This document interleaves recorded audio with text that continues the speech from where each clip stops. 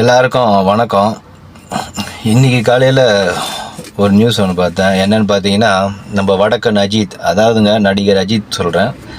அவர் கரூர் விஷயத்தை பற்றி இன்றைக்கி பேசியிருக்கார். இவ்வளோ நாள் அவர் முன்னாடி யாரும் மைக்கை நீட்டில் போல், இன்றைக்கி தான் அவர் முன்னாடி மைக்கை நீட்டியிருக்காங்க. அதுவும் இங்கிலீஷ் மைக்கு கிட்ட தான் பேசுவார். தமிழ்நாட்டு மைக்கு கிட்டலாம் அவர் பேச மாட்டார். ஒன்லி இங்கிலீஷ் மைக்கு கிட்ட தான் பேசுவார். அவர் இன்றைக்கி பேசியிருக்காரு.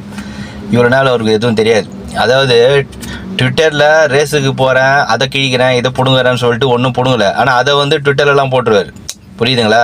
இந்த ரேஸில் இந்த காரில் உக்காஞ்சேன், இந்த வின் பண்ணேன், அதை ஜெயித்தேன், இவங்க 3 பேர், அது 3 பேரில் ட்விட்டரில் போட்டுருவார். ஆனால் இதை மட்டும் போட மாட்டார். யாருன்னா இங்கிலீஷ் நியூஸ் மைக் யாருன்னா நீட்டினா மட்டும்தான் இதுக்கெல்லாம் பதில் சொல்லுவார். இவ்வளோ பிடுங்குற இவர் ரிட்டையர் ஆகிற ஸ்டேஜில் இருக்கிறார். இப்போ என்னன்னு தெரில. இப்போ எல்லாருமே பார்த்தீங்கன்னா ரிட்டையர் ஆகிற ஸ்டேஜில் தான் பின்னாடி சூரியன் தலைக்கு பின்னாடி சூரியன் சுத்தம் தெரியுமா, அந்த மாதிரி சுற்றின்னு இப்போ யார், ரஜினிக்கு, இளையராஜாவுக்கு, இப்போ சமீபத்தில் இவருக்கு ரிட்டையர் ஆகிட்டார். எல்லாத்தையும் பணத்தையும் சம்பாதிச்சாச்சு, எல்லாத்தையும் செட்டில் பண்ணியாச்சு. இனிமேல் அவர் சாவர வரைக்கும் எந்த வருமானமும் தேவையில்லை. அவருக்கு வருமானம் வர மாதிரி எல்லாத்தையும் செட் பண்ணியாச்சு.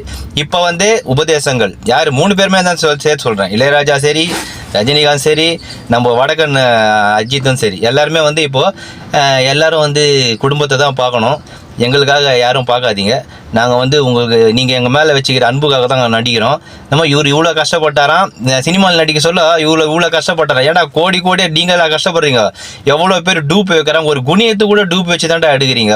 ஒரு பில்டிங் மேலே ஏறதுக்கு டூப்பு, ஒரு படிக்கட்டில் ஏறதுக்கு ஒரு டூப்பு, ஒரு ஓடுறதுக்கு ஒரு டூப்பு. என்னமோ இவரே எல்லாத்தையும் பிடுங்கி கை காலை வச்சு நம்ம ஜாக்கி சான் மாதிரி ஒரு பில்டப் குத்தி இவர் சொல்கிறாரு, எல்லாமே நாங்கள் தான் உங்களுக்காக தான் கஷ்டப்படுறோம், நீங்கள் எங்களுக்காக இதெல்லாம் பண்ணிட்டு இதெல்லாம் நீ அப்பயே சொல்லி தொலைய வேண்டியது தானே. இப்போ மட்டும் என்ன ஞான உதயம் வருது. இப்போ என்ன சொல்றாரு, கரூர் விஷயத்துல கூட்டத்தை கூட்டி காமிக்க கூடாது, அந்த போக்கை மாத்தணுமா. இதை நீ ஃபர்ஸ்டே மாத்திருக்கணும்டா. எனக்கு என்ன கோவம்னா, இதெல்லாம் ஃபர்ஸ்டே மாத்திருக்கணும். நீ படம் நடிக்கிறது வந்த தெரியுமா, அப்போ உனக்கு பின்னாடி ஒரு கூட்டம் கூடிச்சுல, இந்த புத்தி உனக்கு அப்பயே வந்திருந்ததுன்னா சத்தியமா நான் சொல்றேன், உன் பக்கமே நான் நின்றுருப்பேன், உனக்காக நான் சப்போர்ட் பண்ணியிருப்பேன், உன் பக்கமே நான் சேர்ந்துருப்பேன்.